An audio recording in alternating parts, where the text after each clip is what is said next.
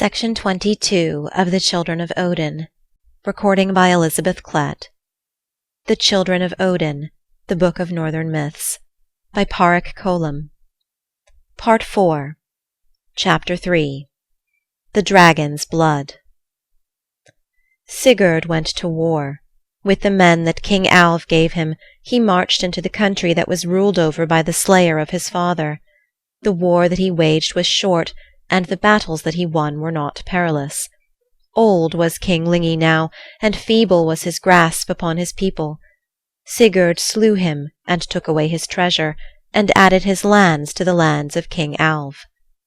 But Sigurd was not content with the victory he had gained. He had dreamt of stark battles, and of renown that would be hardily won. What was the war he had waged to the wars that Sigmund his father and Volsung his father's father had waged in their days? Not content was Sigurd. He led his men back by the hills, from the crests of which he could look upon the dragon's haunts. And having come as far as those hills, he bade his men return to King Alv's hall with the spoils he had won. They went, and Sigurd stayed upon the hills, and looked across Gnita Heath to where Fafnir the dragon had his lair. All blasted and wasted was the heath with the fiery breath of the dragon. And he saw the cave where Fafnir abode, and he saw the track that his comings and goings made. For every day the dragon left his cave in the cliffs, crossing the heath to come to the river at which he drank. For the length of a day Sigurd watched from the hills the haunt of the dragon. In the evening he saw him lengthening himself out of the cave, and coming on his track across the heath, in seeming like a ship that travels swiftly because of its many oars. Then to Regin in his smithy he came. To that cunning man Sigurd said, "Tell me all thou dost know of Fafnir the dragon."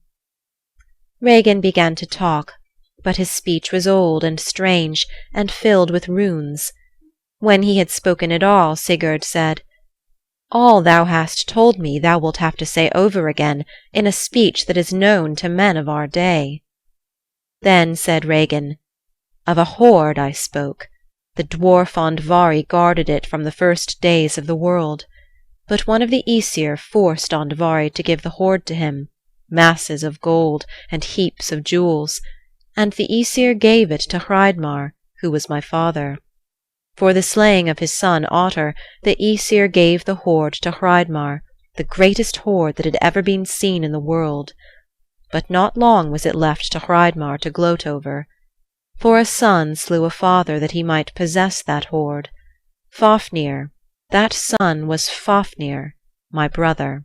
Then Fafnir, that no one might disturb his possession of the hoard, turned himself into a dragon so fearful that none dare come nigh him. And I, Regin, was stricken with covetousness of the hoard. I did not change myself into another being, but by the magic my father knew, I made my life longer than the generations of men, hoping that I would see Fafnir slain, and then have the mighty hoard under my hands. Now, son of the Volsungs, thou dost know all that has to do with Fafnir the dragon, and the great hoard that he guards." "Little do I care about the hoard he guards," Sigurd said. "I care only that he has made the king's good lands into a waste, and that he is an evil thing to men. I would have the renown of slaying Fafnir the dragon." "With Gram, the sword thou hast, thou couldst slay Fafnir," Regin cried, his body shaken with his passion for the hoard. "Thou couldst slay him with the sword thou hast. Hearken now, and I will tell thee how thou mightst give him the deathly stroke through the coils of his mail. Hearken, for I have thought of it all. The track of the dragon to the river is broad, for he takes ever the one track. Dig a pit in the middle of that track, and when Fafnir comes over it, strike up into his coils of mail with Gram, thy great sword. Gram only may pierce that mail. Then will Fafnir be slain, and the hoard will be left guardless." "What thou sayest is wise, Regin," Sigurd answered. "We will make this pit, and I will strike Fafnir in the way thou sayest." Then Sigurd went, and he rode upon Grani, his proud horse, and he showed himself to King Alv, and to Hjordis his mother. Afterwards he went with Regin to the heath that was the haunt of the dragon, and in his track they dug a pit for the slaying of Fafnir. And, lest his horse should scream aloud at the coming of the dragon, Sigurd had Grani sent back to a cave in the hills. It was Regin that brought Grani away. "I am fearful and can do nothing to help thee, son of the Volsungs," he said. "I will go away and await the slaying of Fafnir." He went, and Sigurd lay down in the pit they had made and practised thrusting upward with his sword. He lay with his face upward, and with his 2 hands he thrust the mighty sword upward. But as he lay there, he bethought of a dread thing that might happen, namely that the blood and the venom of the dragon might pour over him as he lay there and waste him flesh and bone. When he thought of this, Sigurd hastened out of the pit, and he dug other pits near by, and he made a passage for himself from one pit to the other, that he might escape from the flow of the dragon's envenomed blood. As he lay down again in the pit, he heard the treading of the dragon, and he heard the dragon's strange and mournful cry. Mightily the dragon came on, and he heard his breathing. His shape came over the pit. Then the dragon held his head and looked down on Sigurd. It was the instant for him to make stroke with Gram. He did not let the instant pass. He struck mightily under the shoulder and toward the heart of the beast. The sword went through the hard and glittering scales that were the creature's mail. Sigurd pulled out the sword and drew himself through the passage and out into the second pit, as Fafnir's envenomed blood drenched where he had been. Drawing himself up out of the second pit, he saw the huge shape of Fafnir heaving and lashing. He came to him and thrust his sword right through the dragon's neck. The dragon reared up as though to fling himself down on Sigurd with all his crushing bulk and dread talons, with his fiery breath and his envenomed blood. But Sigurd leapt aside and ran far off. Then did Fafnir scream his death scream. After he had torn up rocks with his talons, he lay prone on the ground, his head in the pit that was filled with his envenomed blood. Then did Regin, hearing the scream that let him know that Fafnir was slain, come down to where the battle had been fought.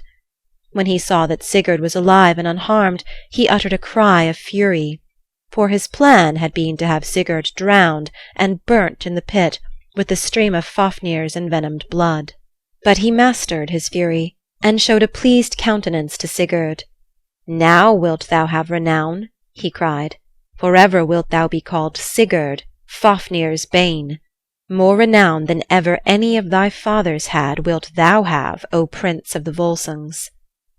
So he spoke, saying fair words to him, for now that he was left alive, there was something he would have Sigurd do. "Fafnir is slain," Sigurd said, "and the triumph over him was not lightly won. Now may I show myself to King Alv and to my mother, and the gold from Fafnir's hoard will make me a great spoil." "Wait," said Regin cunningly. "Wait. Thou hast yet to do something for me. With the sword thou hast, cut through the dragon and take out his heart for me. When thou hast taken it out, roast it that I may eat of it and become wiser than I am. Do this for me, who showed thee how to slay Fafnir." Sigurd did what Regin would have him do. He cut out the heart of the dragon, and he hung it from stakes to roast. Regin drew away and left him. As Sigurd stood before the fire putting sticks upon it, there was a great silence in the forest. He put his hand down to turn an ashen branch into the heart of the fire. As he did, a drop from the roasting dragon-heart fell upon his hand. The drop burnt into him. He put his hand to his mouth to ease the smart, and his tongue tasted the burning blood of the dragon. He went to gather wood for the fire. In a clearing that he came to, there were birds. He saw 4 on a branch together. They spoke to each other in birds' notes, and Sigurd heard and knew what they were saying. Said the first bird, "How simple is he who has come into this dell! He has no thought of an enemy, and yet he who was with him but a while ago has gone away, that he may bring a spear to slay him. For the sake of the gold that is in the dragon's cave, he would slay him," said the second bird. And the third bird said, If he would eat the dragon's heart himself, he would know all wisdom. But the fourth bird said, He has tasted a drop of the dragon's blood, and he knows what we are saying. The four birds did not fly away, nor cease from speaking. Instead they began to tell of a marvelous abode that was known to them. Deep in the forest, the birds sang, there was a hall that was called the House of Flame. Its 10 walls were Uni, Iri, Bari, Ori, Varns, Vegdrasil, Deri, Uri, Dellinger, Atvarder, and each wall was built by the dwarf whose name it bore. All round the hall there was a circle of fire through which none might pass, and within the hall a maiden slept, and she was the wisest and the bravest and the most beautiful maiden in the world. Sigurd stood like a man enchanted, listening to what the birds sang. But suddenly they changed the flow of their discourse, and their notes became sharp and piercing.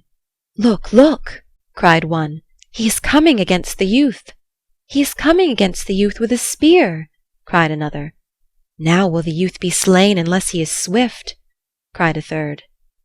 Sigurd turned round, and he saw Regin treading the way toward him, grim and silent, with a spear in his hands.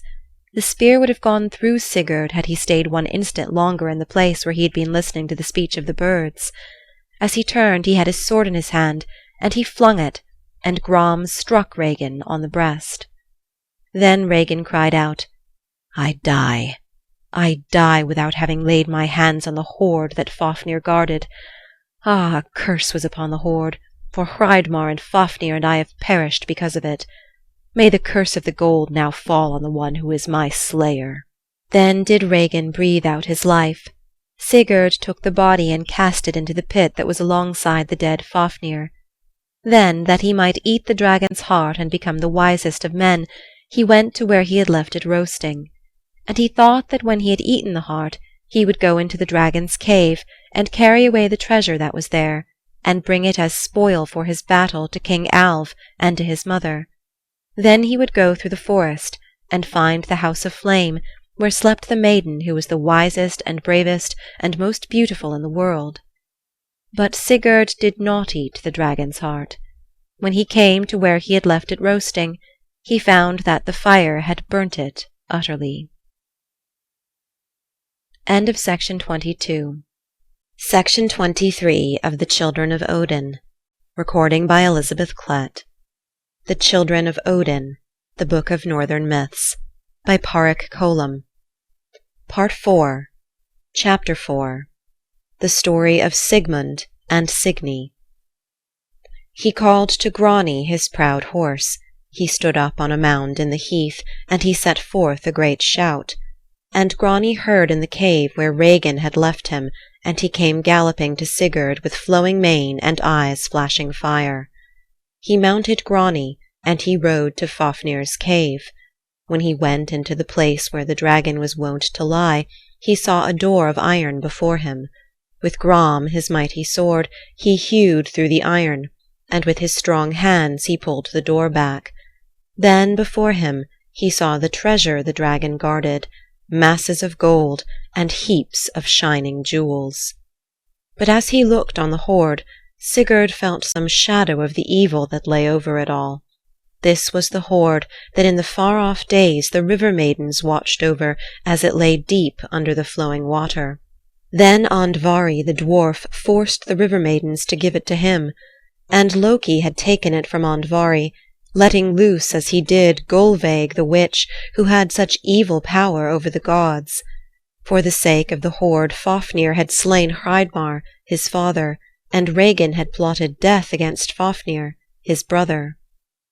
Not all this history did Sigurd know, but a shadow of its evil touched his spirit as he stood there before the gleaming and glittering heap.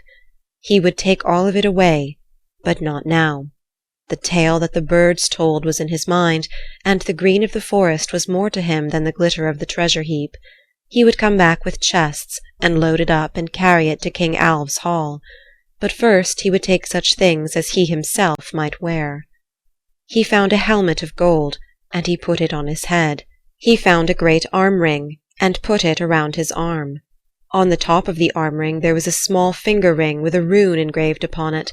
Sigurd put it on his finger. And this was the ring that Andvari the dwarf had put the curse upon when Loki had taken the hoard from him. He knew that no one would cross the heath and come to Fafnir's lair, so he did not fear to leave the treasure unguarded.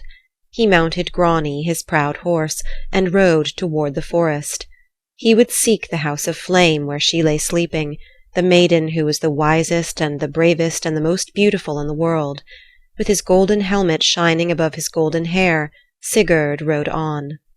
As he rode toward the forest, he thought of Sigmund, his father, whose slaying he had avenged, and he thought of Sigmund's father, Volsung, and of the grim deeds that the Volsungs had suffered and wrought. Rerir, the son of Siggi, who was the son of Odin, was the father of Volsung. And Volsung, when he was in his first manhood, had built his hall around a mighty tree. Its branches went up to the roof and made the beams of the house, and its great trunk was the center of the hall. The Bronze-stalk, the tree was called, and Volsung Hall was named the Hall of the Bronze-stalk. Many children had Volsung, 11 sons and 1 daughter. Strong were all his sons and good fighters, and Volsung of the Hall of the Bronze-stalk was a mighty chief. It was through Signy, the daughter of the house, that a feud and a deadly battle was brought to Volsung and his sons. She was a wise and a fair maiden, and her fame went through all the lands. Now one day Volsung received a message from a king asking for the hand of Signy in marriage, and Volsung, who knew of this king through report of his battles, sent a message to him, saying that he would be welcome to the Hall of the Bronze-stalk. So King Siggeir came with his men. But when the Volsungs looked into his face, they liked it not. And Signy shrank away, saying, "This king is evil of heart, and false of word." Volsung and his 11 sons took counsel together. Siggeir had a great force of men with him, and if they refused to give her, he could slay them all and harry their kingdom. Besides, they had pledged themselves to give Signy when they had sent him a message of welcome. Long counsel they had together. And 10 of Signy's brothers said, "Let Signy wed this king. He is not as evil as he seems in her mind." 10 brothers said it, but one spoke out, saying, "We will not give our sister to this evil king. Rather let us all go down fighting with the Hall of the Bronze-stalk flaming above our heads." It was Sigmund, the youngest of the Volsungs, who said this. But Signy's father said, "We know naught of evil of King Siggeir. Also our word is given to him. Let him feast with us this night in the Hall of the Bronze-stalk, and let Signy go from us with him as his wife." Then they looked to her, and they saw Signy's face, and it was white and stern. "Let it be as ye have said, my father and my brothers," she said. "I will wed King Siggeir, and go with him overseas." So she said aloud, but Sigmund heard her say to herself, "It is woe for the Volsungs." A feast was made, and King Siggeir and his men came to the Hall of the Bronze-stalk. Fires were lighted, and tables were spread, and great horns of mead went around the guests. In the middle of the feasting a stranger entered the hall. He was taller than the tallest there, and his bearing made all do him reverence. One offered him a horn of mead, and he drank it. Then from under the blue cloak that he wore, he drew a sword that made the brightness of the hall more bright. He went to the tree that the hall was built around, to the Bronze-stalk, and he thrust the sword into it. All the company were hushed. Then they heard the voice of the stranger, a voice that was like the trumpet's call. "The sword is for the hand that can draw it out of the Bronze-stalk." Then he went out of the hall. All looked to where the sword was placed, and saw a hand's breadth of wonderful brightness. This one and that one would have laid hands on the hilt, only Volsung's voice bade them stand still. "It is meet," he said, "that our guest and our son-in-law, King Siggeir, should be the first to put hands on its hilt, and to try to draw the sword of the stranger out of the Bronze-stalk." King Siggeir went to the tree and laid his hands on the broad hilt. He strove hard to draw out the sword, but all his might could not move it. As he strained himself to draw it out and failed, a dark look of anger came into his face. Then others tried to draw it, the captains who were with King Siggeir, and they too failed to move the blade. Then Volsung tried, and Volsung could not move it. One after the other, his 11 sons strained to draw out the stranger's sword. At last it came to the turn of the youngest, to Sigmund, to try. And when Sigmund laid his hand on the broad hilt and drew it, behold, the sword came with his hand, and once again the hall was brightened with its marvellous brightness.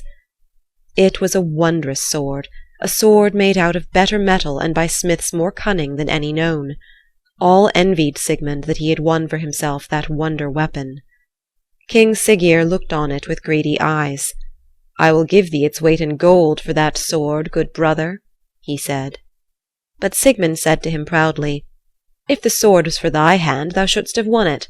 The sword was not for thine, but for a Volsung's hand." And Signy, looking at King Siggeir, saw a look of deeper evil come into his face. She knew that hatred for all the Volsung race was in his heart. But at the end of the feast she was wed to King Siggeir, and the next day she left the hall of the Branstock and went with him down to where his great painted ship was drawn up on the beach. And when they were parting from her, her father and her brothers, King Siggeir invited them to come to his country, as friends visiting friends, and kinsmen visiting kinsmen, and look upon Signy again. And he stood on the beach, and would not go on board his ship until each and all of the Volsungs gave their word that they would visit Signy and him in his own land. "And when thou comest," he said to Sigmund, "be sure thou dost bring with thee the mighty sword that thou didst win." All this was thought of by Sigurd, the son of Sigmund, as he rode toward the fringe of the forest. The time came for Volsung and his sons to redeem the promise they made to King Siggeir. They made ready their ship, and they sailed from the land where stood the hall of the Branstock. And they landed on the coast of King Siggeir's country, and they drew their ship up on the beach, and they made their camp there, intending to come to the king's hall in the broad light of the day. But in the half-light of the dawn one came to the Volsung ship. A cloak and hood covered the figure, but Sigmund, who was the watcher, knew who it was. "Signy," he said. And Signy asked that her father and her brothers be awakened until she would speak to them of a treason that was brewing against them. "King Siggeir has made ready a great army against your coming," she told them. "He hates the Volsungs, the branch as well as the root, and it is his plan to fall upon you, my father and my brothers, with his great army, and slay you all. And he would possess himself of Gram, Sigmund's wonder sword. Therefore I say to you, O Volsungs, draw your ship into the sea and sail from the land where such treachery can be." But Volsung, her father, would not listen. "The Volsungs do not depart like broken men from a land they have brought their ship to," he said. "We gave, each and all, the word that we would visit King Siggeir, and visit him we will, and if he is a dastard and would fall upon us, why we are the unbeaten Volsungs, and we will fight against him and his army and slay him, and bear you back with us to the hall of the Branstock. The day widens now, and we shall go to the hall." Signy would have spoken of the great army King Siggeir had gathered, but she knew that the Volsungs never hearkened to talk of odds. She spoke no more, but bowed her head and went back to King Siggeir's hall. Siggeir knew that Signy had been to warn her father and her brothers. He called the men he had gathered, and he posted them cunningly in the way the Volsungs would come. Then he sent one to the ship with a message of welcome. As they left their ship, the army of King Siggeir fell upon the Volsungs and their followers. Very fierce was the battle that was waged on the beach, and many a one of King Siggeir's fierce fighters went down before the fearless ones that made Volsung's company. But at last Volsung himself was slain, and his 11 sons were taken captive. And Gram, his mighty sword, was taken out of Sigmund's hands. They were brought before King Siggeir in his hall, the 11 Volsung princes. Siggeir laughed to see them before him. "Ye are not in the hall of the Branstock now, to dishonour me with black looks and scornful words," he said, "and a harder task will be given to you than the drawing of a sword out of a tree trunk. Before set of sun I will see you hewn to pieces with the sword."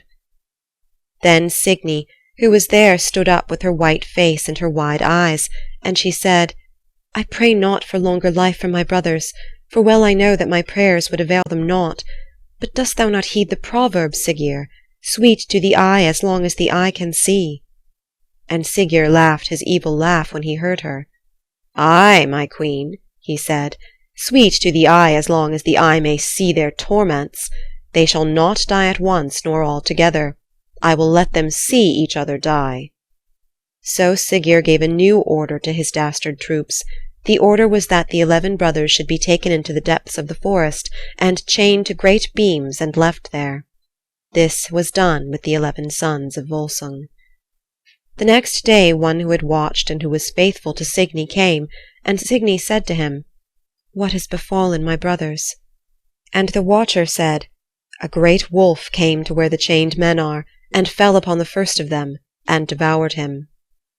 When Signy heard this, no tears came from her eyes, but that which was hard around her heart became harder. She said, "Go again, and watch what befalls." And the watcher came the second time and said, "The second of your brothers has been devoured by the wolf." Signy shed no tears this time either, and again that which was hard around her heart became harder. And every day the watcher came, and he told her what had befallen her brothers, and it came to the time when but one of her brothers was left alive, Sigmund, the youngest. Then said Signy, "Not without device are we left at the end. I have thought of what is to be done. Take a pot of honey to where he is chained, and smear Sigmund's face with the honey." The watcher did as Signy bade him. Again the great wolf came along the forest ways to where Sigmund was chained. When she snuffed over him, she found the honey upon his face. She put down her tongue to lick over his face. Then with his strong teeth Sigmund seized the tongue of the wolf. She fought and she struggled with all her might, but Sigmund did not let go of her tongue. The struggle with the beast broke the beam to which she was chained. Then Sigmund seized the wolf with his hands and tore her jaws apart. The watcher saw this happening and told of it to Signy. A fierce joy went through her, and she said, "One of the Volsungs lives, and vengeance will be wrought upon King Siggeir and upon his house." Still the watcher stayed in the ways of the forest, and he marked where Sigmund built for himself a hidden hut. Often he bore tokens from Signy to Sigmund. Sigmund took to the ways of the hunter and the outlaw, but he did not forsake the forest. And King Siggeir knew not that one of the Volsungs lived and was near him. End of section 23.